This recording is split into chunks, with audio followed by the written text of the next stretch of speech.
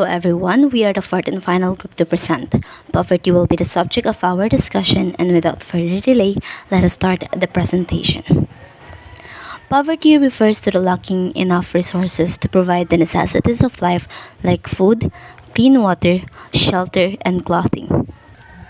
But more than the lack of income and productive resources to ensure a sustainable life, poverty also includes hunger and malnutrition, limited access to education and other basic services like healthcare, social discrimination and exclusion, as well as the lack of participation in decision making. Why has the Philippines remained a poor country? The Philippines became the first country in Southeast Asia to gain independence from colonial authority on June 12, 1898. Though this was short-lived, the country's hopes for progress were not destroyed when the Americans arrived 6 months later. Instead, it provided the country with more and better opportunities to lay the groundwork for becoming Asia's most famous democratic stronghold. On July 4, 1946, the United States declared its second independence after establishing the appropriate political institutions, government form, and economic system. As the country gained international recognition, as well as the support and patronage of its colonizers, it progressed toward modernization and industrialization. After World War II, the Philippines was one of the most progressive emerging countries in the Asia-Pacific region. But today, Philippines is one of the most impoverished countries in the world with massive foreign debt, insurgency attacks, and poor economic performance. The factors like territorial, cultural, economic, and social linkages, as well as the shared historical background and political goals, maintain a sense of national pride in all its achievements and misfortunes. Proceed and relative living standard. Let's define first what is living standard. Standard of living is the material well-being of the average person in a given population. When we're talking about standard of living, focuses on basic material factor such as income, gross domestic product or GDP, life expectancy, and economic opportunity. It is closely related to quality of life. In all of these basic material factor, it is typically measured using gross domestic product or GDP per capita. So, ano nga ba ang GDP para maintindihan natin ng maigi? GDP is the total monetary or market value of all the finished goods and services produced with the country during a specific period at tansyahin ang laki ng ekonomiya at rate ng paglago. The reason why is the standard of living different in different countries because in their levels of national income. The level national income ay nakadepende sa total volume ng production sa mga country. That those countries having higher national income or output enjoy higher standard of living, while the countries having lower national income or output have lower standard of living. So what is the living standard of the Philippines? Sa aking na-research, the cost of living in Philippines is on average 47.64%, lower than in USA. So kapag kinumpare natin ang Philippines sa USA, mas mababa talaga ang Philippines. The first reason is lack of access to productive capital and limited market access. It has created a slow economic growth and underemployment. So, pumapasok na dito yung pagkawala ng suporta sa mga may trabaho or sa mga nagbi-business. And also sa pagkulang ng suporta din sa mga nag-aaral or sa mga estudyante. And to clarify the question as to why the Philippines has remained relatively poor going into the 21st century, we have here the three interconnected answers. First, the country has been stuck in a low growth trajectory. Second, it is headed for a low steady state level of output per worker. Third, its total factor productivity is horrendously low. Good afternoon, ma'am and classmates. I am Erica Ringor, Group 4. At ang nakasign sa aking report is low growth trajectory. I hope everyone will listen at sana pagkatapos naming i-discuss lahat ng report ay marami kayong matutunan at realization. And by the way, nag-focus ako sa kung papaano bumababa ang ekonomiya ng ating bansa pagdating sa kahirapan. So first, let's define what is economic growth.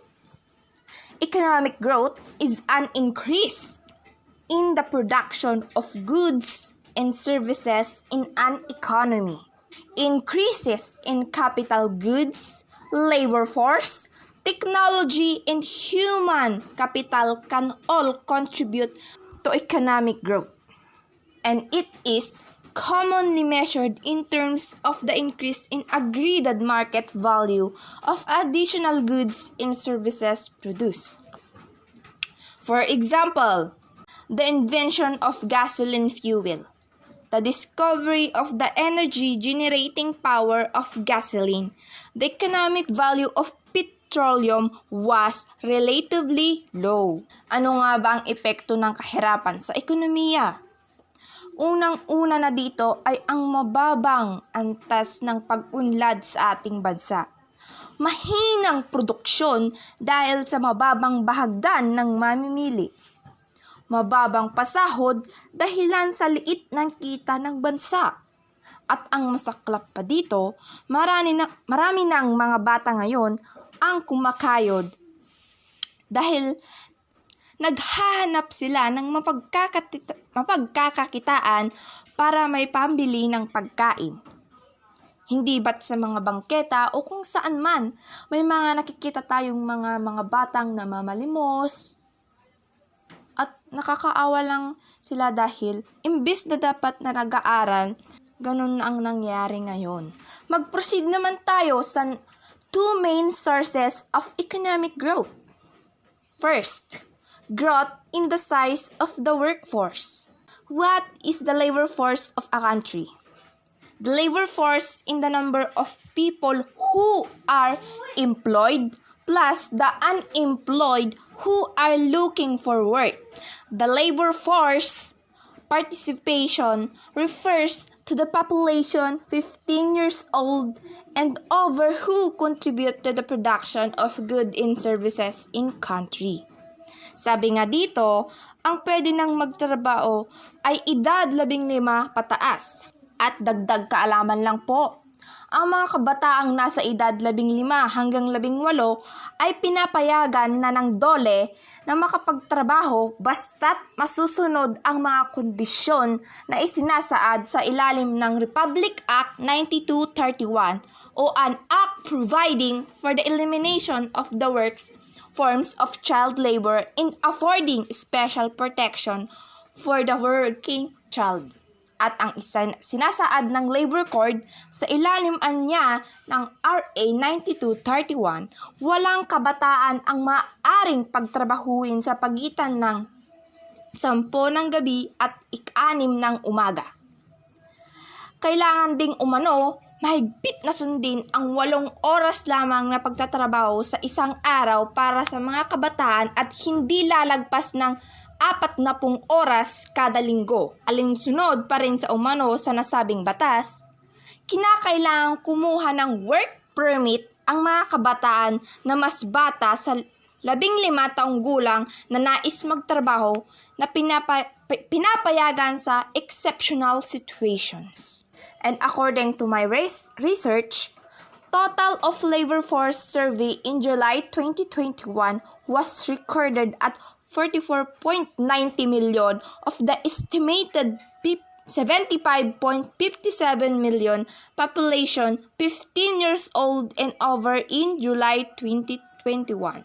To more knowledgeable about economic growth, Ms. Rubilin will continue to discuss the one sources of economic growth. The second main sources of economic is growth in the productivity.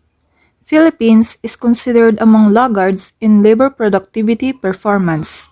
But before I continue, laggards are the last people in a population to adapt a new system or product. So the productivity of the Filipino worker has been criticized as far below what we expect it to be in relation to our goals and in comparison with the productivity of our neighboring countries. Low productivity that companies are trying to produce more with the same resources. It indicates that resources are not utilizing their skills and competences to their maximum potential, which increases companies' resourcing costs. So here's the undesirable low growth of labor productivity in the Philippines can be traced basically to three causes. First, an inappropriate strategy. Since the Philippines is primarily an agricultural economy, the agricultural sector has neither shown encouraging productivity growth nor resulted in improvement in farmers' income because expenditures in these two sectors are dictated by the income of the agricultural sector, which has very low purchasing power. This low growth rate has impacted the industrial and service sector. As a result of the low development rate of the industrial and service sectors, the agriculture sector has fewer non-agricultural job prospects. Second, the workers' attitudes. The attitudes of workers have an impact on labor productivity. To generate attitudes that are aligned with the organizational goals, one must learn and comprehend the workers' values, cultures, and beliefs, and this is lacked in the Philippines environment.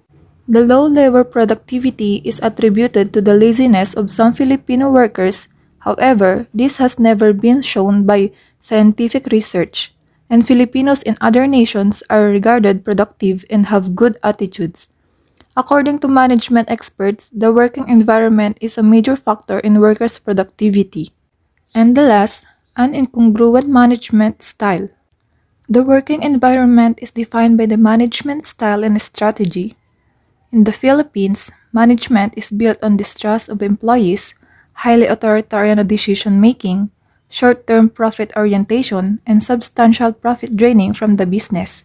This may not be reflective of our country's management style, but the system in place here is ill-suited to the needs of the workers due to a lack of understanding of their true values and needs.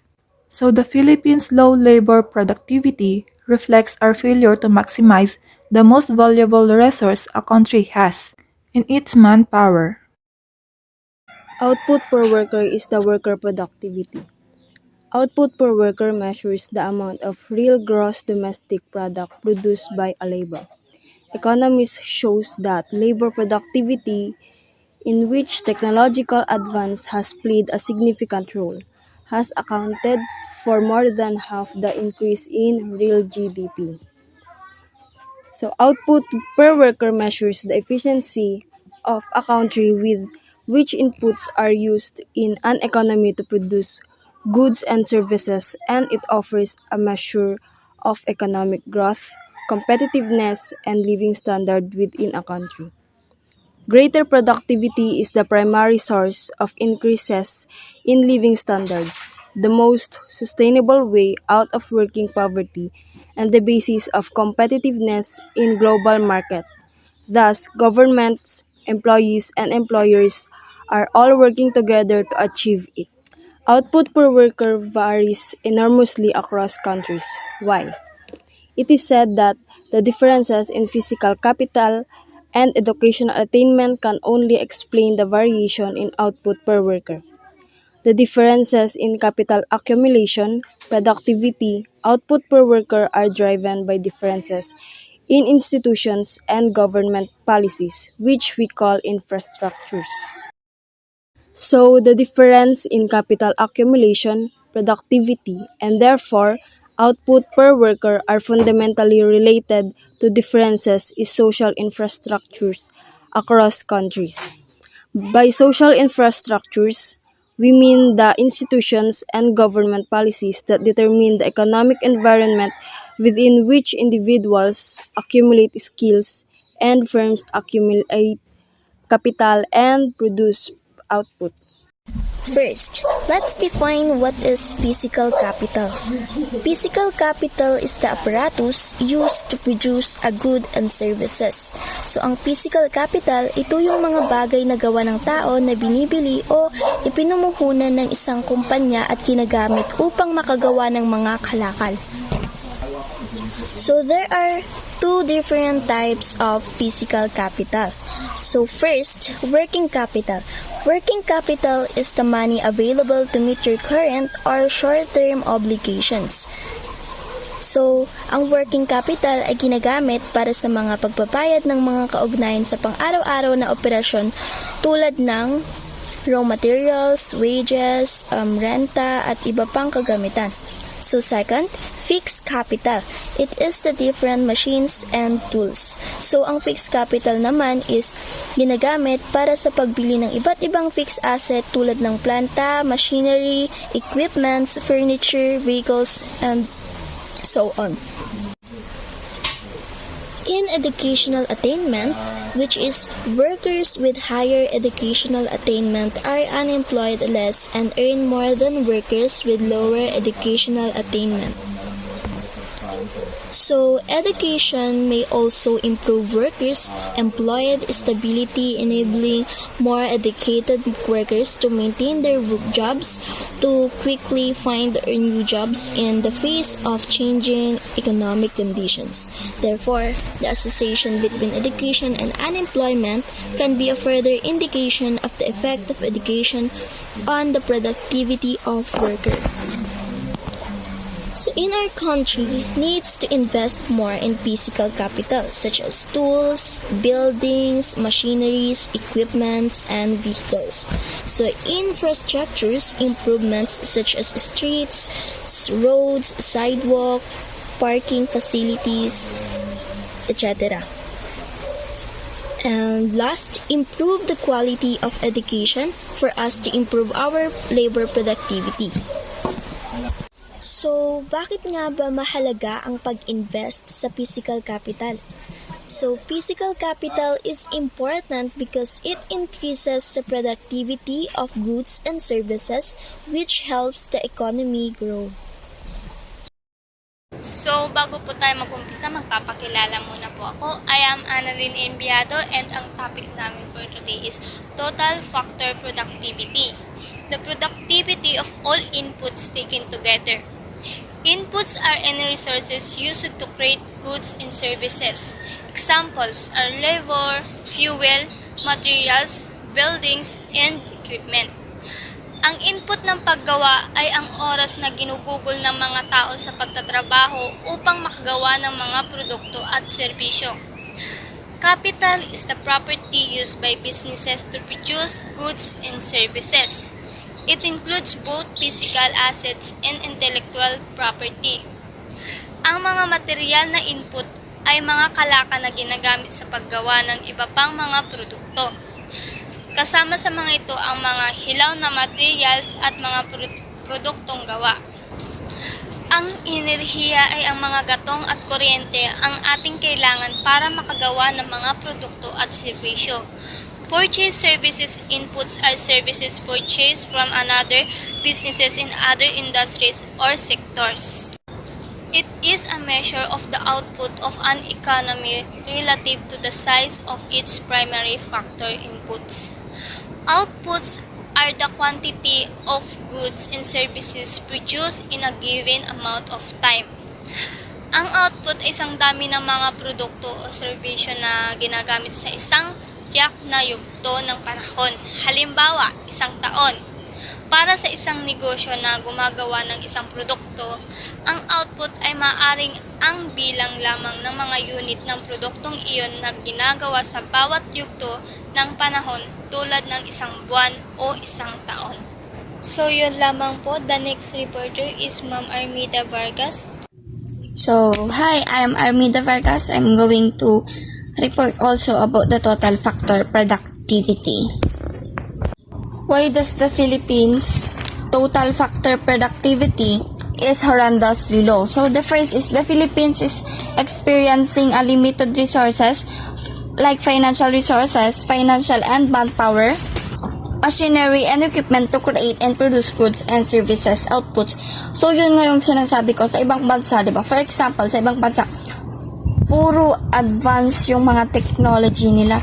So, parang mas madami yung mga nagagawa nilang growth. So, ayun, parang mas tumataas sila kasi yung mga equipment tools nila is puros advance. So, hindi kagaya dito sa Pilipinas, halos yung mga tao lang ang mga gumagawa. Wala silang katulungan ng mga advanced technologies. So, parang mas mahirap mag-produce ng mga goods kung ganun. Kasi, hindi lang naman yung mga may-ari yung naaapektuhan nito, kung pati na rin yung mga manggagawang Pilipino ay naaapektuhan din yung mga trabaho nila. Kasi kapag kunwari maliit yung kita, yung kapital nila sa may isang kumpanya is parang mas maliit din yung sweldo nila or mas maliit din yung kikitain nila, kumbaga. So, bibigay pa ako ng some examples of the horrendously low to the total factor productivity. So, these are the internal and external problems that lead to the very low productivity of Philippine industry. So, the internal problems are the inadequate capacity utilization, financial inadequacy, poor technology, lack of managerial skills, and poor productivity. So, the external problems naman ay ang tariff protection, custom administration, credit, graft, and corruption, infrastructure such as power. So, ayun nga. So, ang sinasabi naman dito sa research ko kanina, so, mas bumibilis ang trabaho sa bukid compared sa tao. So, mas consistent din daw ang trabaho. Mabigat kasi ang investment sa equipment. Pero kung pag-uusapan natin yung efficiency, mas efficient ang equipment. Pero may pagiging negative pa rin yung mga advanced technology. Kasi kung more on advanced technology, mas kukunti na yung mga kukunin nilang mga tao na manggagawa. So, parang mas naapektuhan dito yung poverty na yung mga ibang Pilipino tinatanggal na sa trabaho kasi meron na yung mga advanced technology na iyan. So, the next is, typically, the developed countries are the countries that have a high total factor productivity, while developing countries like the Philippines have a low total factor productivity. The productivity in most developing countries is quite low as compared to rich countries or the developed countries. So, bakit nga mas nade-develop pa yung mga na-develop ng country, yung mga rich countries, kaysa yung mga developing pa lang? Because they have access to more machines, tools, equipment, and perform much of the work. Yun yung sinasabi ko. Sa mga advanced technology, hindi lang naman sa advanced technology bumabase, kundi pati na rin sa mga tao na may alam na kung paano nila gagamitin yung ganon. So, ayun. At ang developing countries have the potential to grow faster because they are in position to pursue catch-up growth by applying technologies previously invented in the developed countries. So, yun yung sinasabi ko. In contrast, developed countries are already operating at or close to the technological frontier and as the result have no one to catch up with. So, the catch-up growth is almost always faster than the frontier growth, which requires the developed countries come up with the new technologies and invented and fully utilized. That's a harder and slower process than using technologies that are already available elsewhere in the world. So the only times developed countries grow rapidly are when they are recovering from a recession that temporarily puts them below their potential level of output.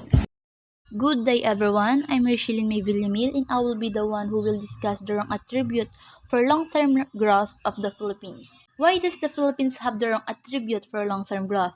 The answer to the Philippines growth conundrum and its extremely low TFP lies in what they call social infrastructure. Ano nga ba ang social infrastructure?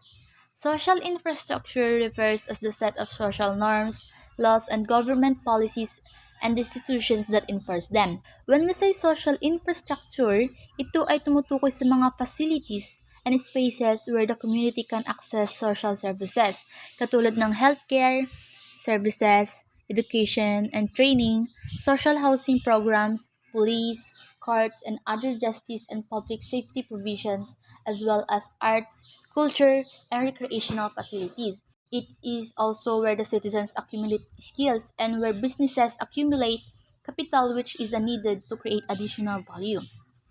If a country has a good social infrastructure, it encourages capital accumulation and skill acquisition. It also promotes invention and technology transfer, and it can develop a higher standard of living. In good social infrastructure, if the social infrastructure like transportation systems, communication networks, sewage, water, and electric systems are developing and improving, the outcome of our economy will be grow. If a country has a bad social infrastructure, it can be a big threat to the economic development of a country. It also allows resources to be diverted away from productive uses, just like creating products and services. And thievery, squatting, protection rackets, expropriation, and corruption will be rampant. Bad social infrastructure ay isang big threat sa paglago ng isang bansa. At dahil may mga produktong ini-input sa atin ay nababalewala na yung mga sarili nating produkto and services. And also, we are all aware naman na isa sa mga malaking problema kung bakit hindi umunlad ang ating bansa ay dahil sa mga pangungurap ng mga nakaupo sa gobyerno. And para sa mga bansang may nakaraan o nakaranas ng pananakop, katulad natin, ang quality ng social infrastructure na meron ang bansang nasakop may been significantly influenced by the motive of the colonizing country. Poor enforcement of property rights, endemic corruption, state capture by political elites, and highly unstable political processes are the evidence. Hello again, I'm Monica Imasa and I will be discussing the hope for the future. So is there still hope for the future of our country, given the change of history and our flaws as a people? The first bullet that we have here is the very long-run evolution of the world distribution of living standards. Gaya ng na-discuss kanina, a standard of living refers to the level of wealth, comfort, material goods, and necessities that is available in a certain area or in a certain place. For the past centuries, madaming pangyayari or pagbabago ang naganap globally. And this change affects people's lives, standard of living, wealth, and also the quality of life. If we recall our past lesson, which is the global divides, maalala natin that the globe was divided into two, which is the global north and the global south. Global north are the rich and the developed countries, while the global south are the poor and developing countries. So those in developed countries like Canada and the United States, they usually have a higher standard of living if we compare to those in developing countries like the Philippines, which have a low standard of living. In that scenario, we can see that there's really a huge disparity or unequal distribution of living standards around the world, which is a vastly unequal living conditions between different places in our world today, where in some places, living conditions change dramatically, while in others, living conditions change more slowly.